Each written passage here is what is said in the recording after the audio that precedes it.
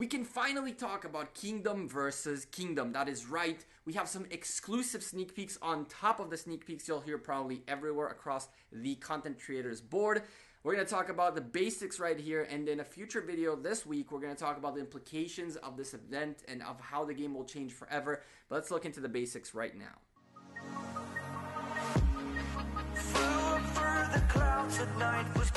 Hey there YouTube, welcome back to the Gekko. That is right.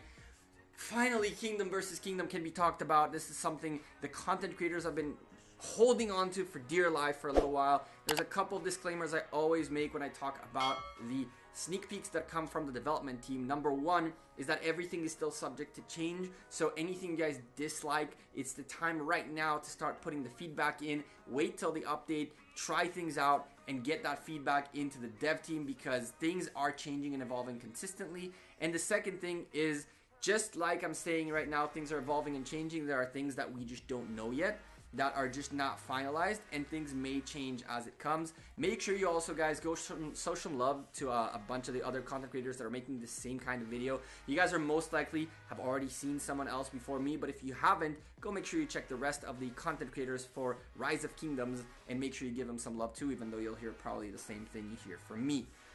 Kingdom versus Kingdom is an event that we've been waiting for probably since the inception of this game. But unlike every other game that I've played so far, Kingdom versus Kingdom seems to be very, very different.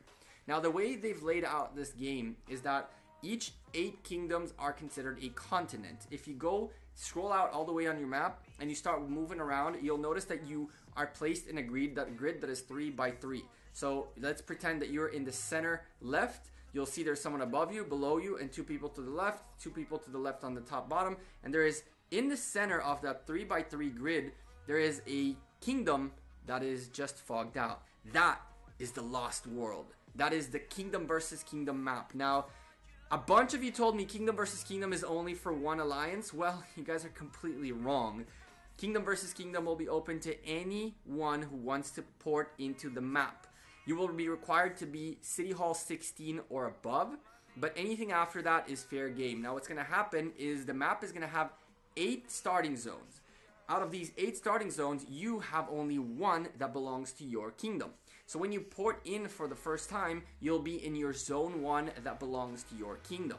From there, as time goes by, passes will open. Just like the regular map, you'll be able to port forward furthermore. Now, why would you want to be part of the Lost World?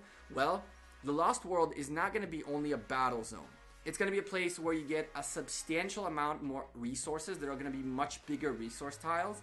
You're going to have barbarian forts and barbarians that are higher level. You're going to get much better rewards from barbarians, barbarian forts, and from the resource tiles, you'll get more resources. So basically, it's a regular map only on crack. So you really are going to want to perhaps send even your farms out there to gather in your zone and things like that. What this will mean is that right now the alliances that own kingdoms, that run kingdoms, are really going to have to figure out how to manage their own zone 1, because realistically, any small alliance from their kingdom can port in and try to gather and try to kill barbarians and get more rewards, and that could potentially hinder the alliances that are planning on warring to take over more parts of the map. As time goes by though, when the map opens up more and more, you can run the risk of going into the outer zones that are not protected only to your kingdom to go gather and do all your good stuff. The way it's going to go is going to be probably zone 1, 2, 3, and 4. If I'm not mistaken, there's going to be 4 zones where every time I think 2 or 3 alliances could battle each other at a time. And when you get to the center, you will find the Tower of Babel. At least that's what I think. Let's go look at the buildings that are available in the map itself, and then we'll go back and talk about a bunch of other cool information. So from the little we know, we're gonna have altars, and all this is on your screen. You have altars, the Altar of Darkness, the Guardian Tower.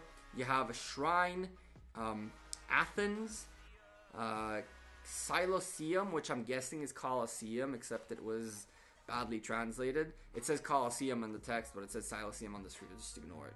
And the Tower of Babel. Now, I'm going to have those images rotating on the screen for a little bit, just in case you guys hadn't caught them. I'm doing barbarians in the background because this is really just a talk video, so have something happening in the background. The way this is going to work, though, Kingdom versus Kingdom is going to be super interesting because it's not going to be a 2-3 day event. It's going to be a 2 to 3 month long event.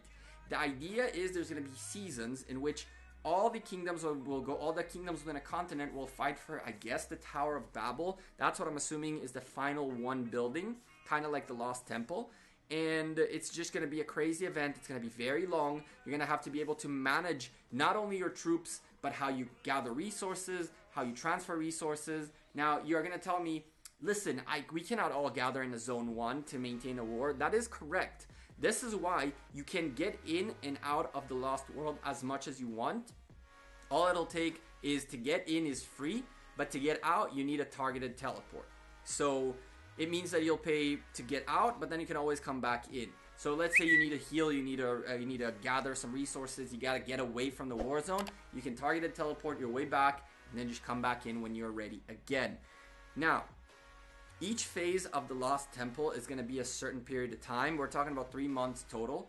But the thing is, in 3 months, a lot can happen. You can get to a point where your Lost World is all diplomatic. All 8 kingdoms, all 8, whatever not, only 3 survive and the 3 rotate the Tower of Babel or whatever it is.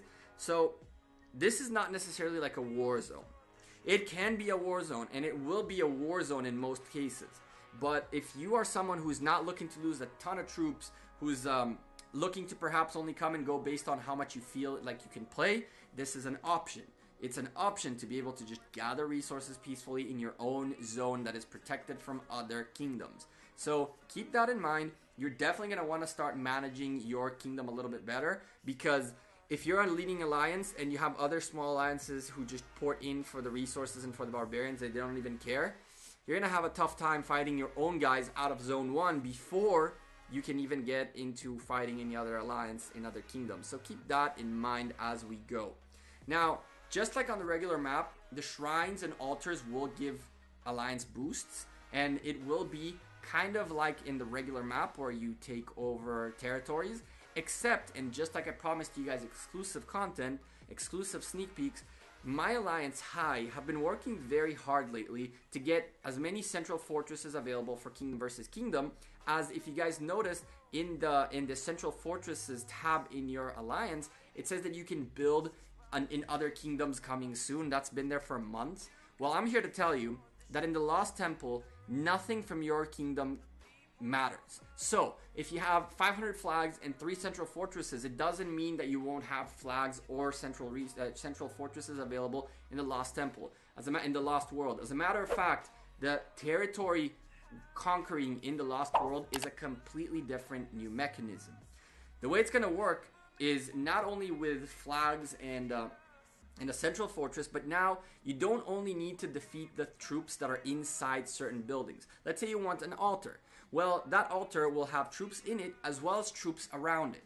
And you're going to have a radius that you're going to have to clear out before you're able to take over the altar.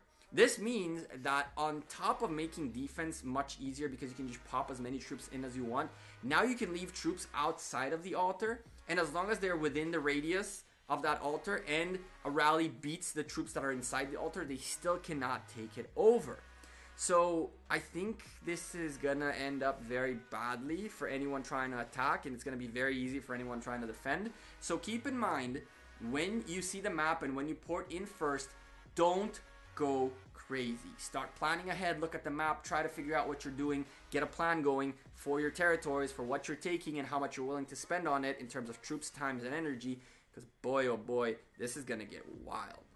So the whole point of this is to create a brand new map, a brand new location, a brand new scenario where we can restart our gameplay. Our gameplay is going to change completely at this stage. Our gameplay is going to be either in our kingdom or in the Lost World or in both, and depending on how much you can spend and you can afford and how big you are and how confident you are that you won't get hit. If you have enough troops to be able to stand anything, then staying in the Lost World is not necessarily the worst thing ever. Even if you're a small guy and you just want to gather resources, so long as you're not bothering anyone, I'm sure you'll get away with a lot of free resources.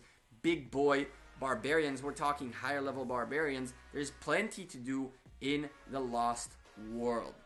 Now, before I leave you guys though, because I do have to mention one thing, and this is very important. I'm gonna release a video tomorrow that has to do with migration. Now, I know that everybody already talked about migration, and I skipped that video. I skipped the multi-troop movement video because honestly, too many content creators making the same damn content. I don't feel like being another one. I'd rather you guys go watch Chisco, honestly. It is what it is. So, I do see that a lot of you had issues with what was presented about migration. So tomorrow we're going to talk about migration in a lot more depth and about how it'll affect the game. And hopefully the day after we're going to talk about Kingdom versus Kingdom and tie everything together into making this update make sense and for you guys to understand how pumped I am for these changes so long as what we discuss actually happens. Again, just to let you guys know and remember, the development team is paying attention, is watching these videos. What's up, Jet? They're watching these videos, okay? They're looking at the comments. They're looking at what you guys are giving back. My expectation and request from you guys is ask questions. Ask as many questions as you want. Try not to pass criticism just yet. Ask questions. I'll make sure to get it to the development team and get answers for you. Let's wait for the update, see how things work out, and then we'll go back into the criticism and into what needs to be changed. I have my personal feelings about this as well. I will explain everything in the next video that's about Kingdom versus Kingdom and migration. The one that's coming up tomorrow is going to be all about migration, and I really hope you guys come and listen to what I have to say because I feel like a lot of you have a misunderstanding of what migration is and got very upset at it. It's not that at all. Trust me. Just wait for tomorrow. Everything will be clear. Anyway, what do you guys think about this update? What do you think about Kingdom versus Kingdom? What do you guys think I should cover? Or you have any questions, comments, anything? In the description down below, you have Twitter, Facebook, Instagram, or Discord. Discord popping as of late. We got a bunch of people in last week. Thank you for joining the Discord. If you don't want to join any of those, ask me there. There's a comment section down below as well. Let me know what you guys think. Thoughts about the update. Thoughts about this video. Thoughts about Kingdom versus Kingdom. All that in the comments down below. I'm the Gekko. I'm out of here. Thank you guys very much for watching this video, and I'll see you guys sooner rather than later in the next video, which should be tomorrow, I hope. We got another war video coming up.